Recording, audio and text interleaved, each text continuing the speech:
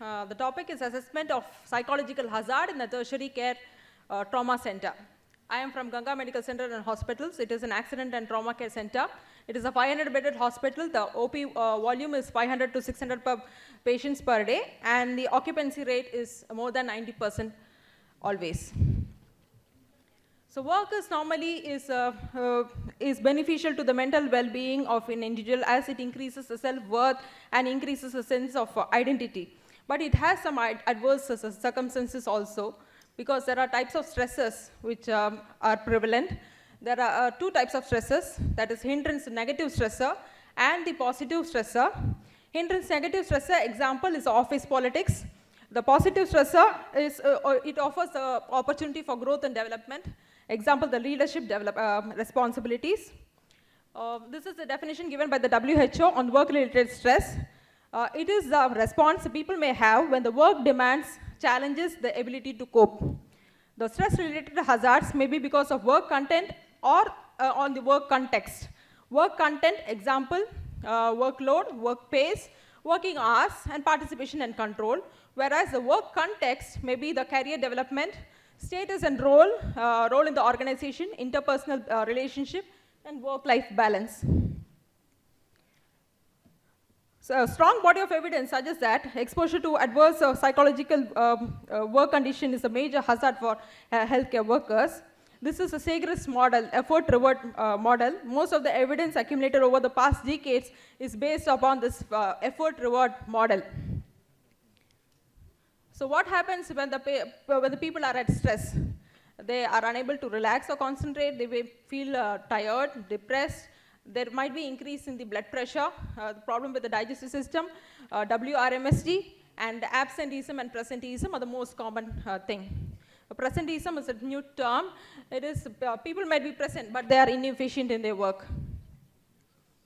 So this is a study done with the tool of Occupational Stress Index. It is a structured validated tool prepared by Dr. Srivastava and Dr. Singh.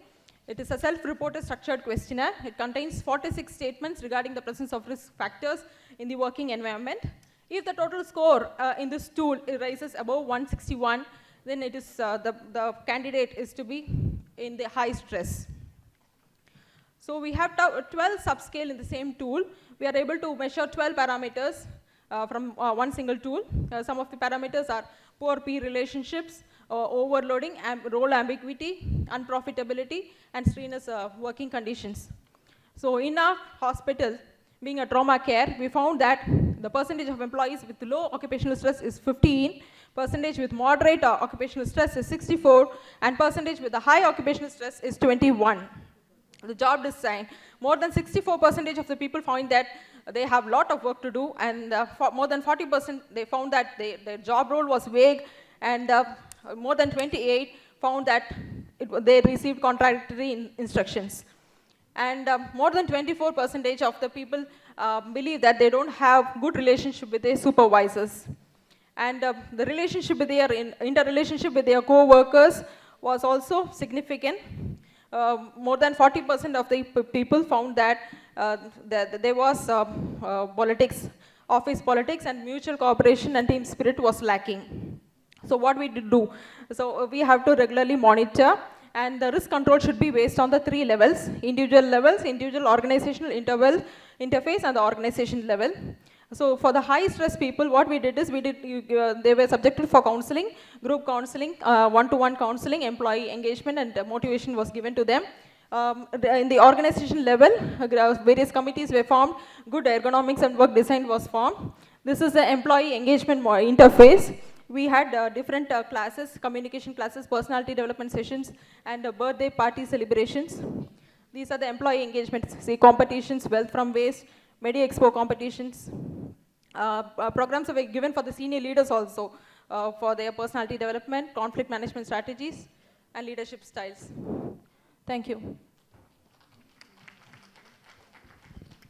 Thank you very much for finishing on time. And any comments from the floor? Any questions? So if there are no questions, can we have a big round of applause for all the presenters today? All 12 of them had a wonderful presentations, and thank you all for sticking to the time. And I know you're all waiting to know the results. You want to know the results? So, but you have to wait for one more day. So the results will be announced tomorrow evening at the valedictory at 4:30 p.m. Right? I would like to thank Mr. Samuel David and the staff training department for the support for this platform and the poster thing. Thank you. I now request the chairpersons to kindly hand over the certificates and mementos to the jury members, please. I request the chairpersons, Dr. Sarvana Kumar and Dr. Kanagalakshmi, to kindly hand over the certificates and mementos.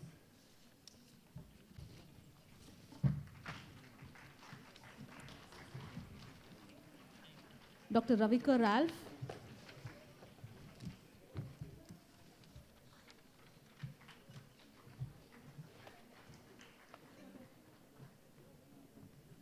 Dr. Ravika Ralph.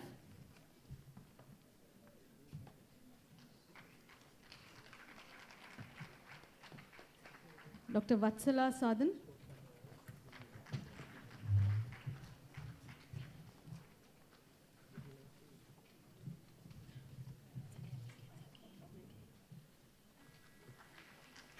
And Dr. Pamela Christodas.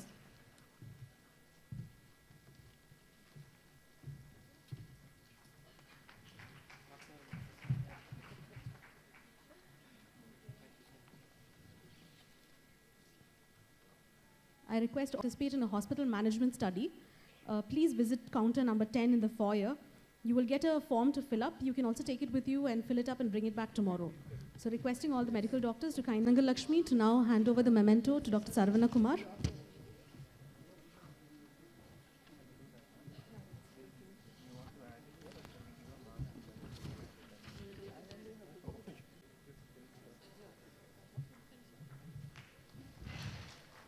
And I request sir to hand it over to ma'am, please.